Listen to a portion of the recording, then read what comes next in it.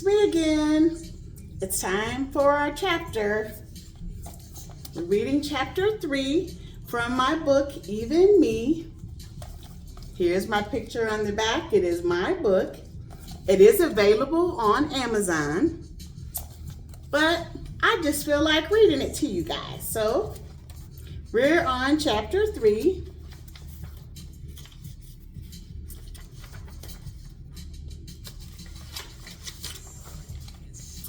And here we go. Chapter 3 of Even Me by Onyx King.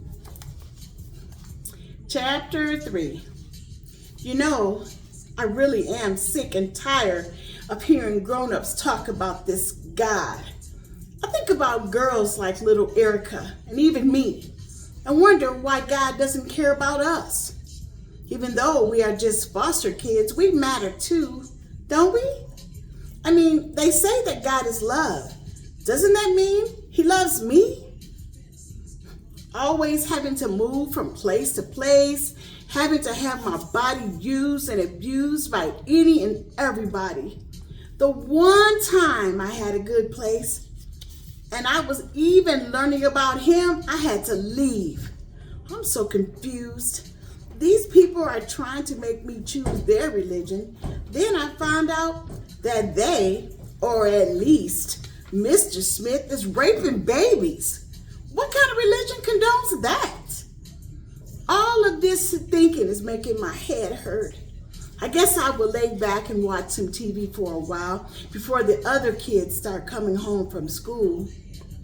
Somebody is out there with some questions on their heart, like, who is this God? And why doesn't He do something about all the bad stuff going on in the world? Why would He allow bad people to prosper? Well, let me see if I can help you out. That's what the guy in the TV is saying.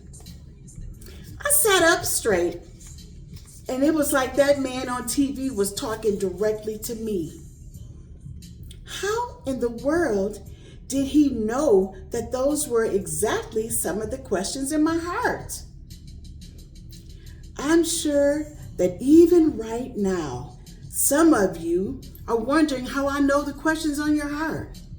Well, let me help you with that one first. I don't know the questions on your heart, but God does. He knew that you were going to be watching this program on TV on this day at this time. The word tells us not to envy evildoers. God reigns on the just as well as the unjust. Just remember, He will always take care of you. When bad things happen in our lives, we must always remember, if God brings you to it, He will bring you through it. When we go through things, it's usually for someone else to see God's glory. The more I listened to this televangelist, the more relieved I became.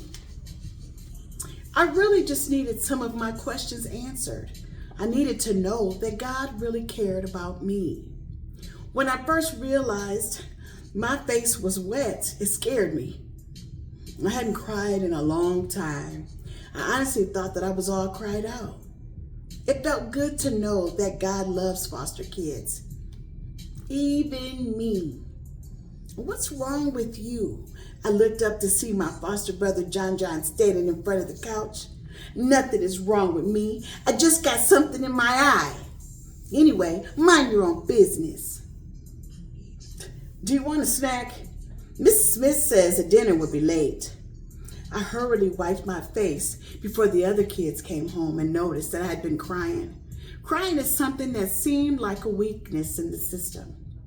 I didn't want any of the other kids to think that I was weak. I did not feel like fighting and getting kicked out of this place. At least we got fed here.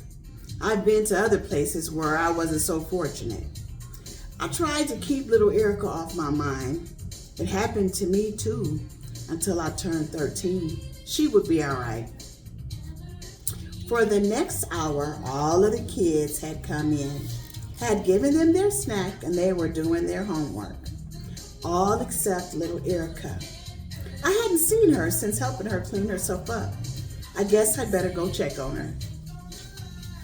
Climbing the stairs to her room, I could feel a weird sense running up and down my spine. When I got to the doorway of her room, it was eerily quiet, and a peculiar odor hit me right in the face.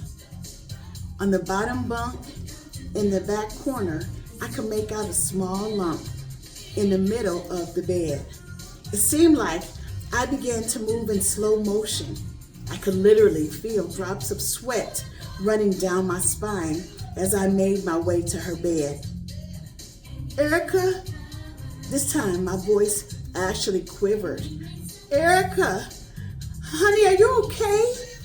I pulled the covers off her head, and if it wasn't for the smell, she would have appeared to be just sleeping. But I knew that this child was dead.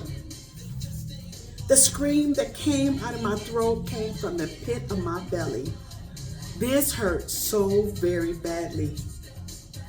Missy, what on earth are you yelling your head off about? You're going to scare the other kids to death. Mrs. Smith grabbed my arm and snatched me out of the way. She looked down at the naked, dead child and started yelling for Mrs. Smith. Mrs. Smith didn't come, but the other kids all ran in the room. One by one, they all gathered around the bed, and after looking at the body, instead of looking to Mrs. Smith for direction, they all looked right at me. I looked at Mrs. Smith, and she was just standing there with her head down, hugging herself. I immediately became sad because I knew that I was going to be moving yet again. I'll go call 911, I said in a small voice. As I walked out of the room and down the stairs, all I could think about was the TV preacher and wonder how God was going to get the glory out of this. Well, that was chapter 3. That one was pretty sad. It's okay. No, it ain't okay. But it is okay to be sad sometimes. And it's okay to be sad when bad things happen in this world. But just like I talk about in my book, please know that God will always be with you.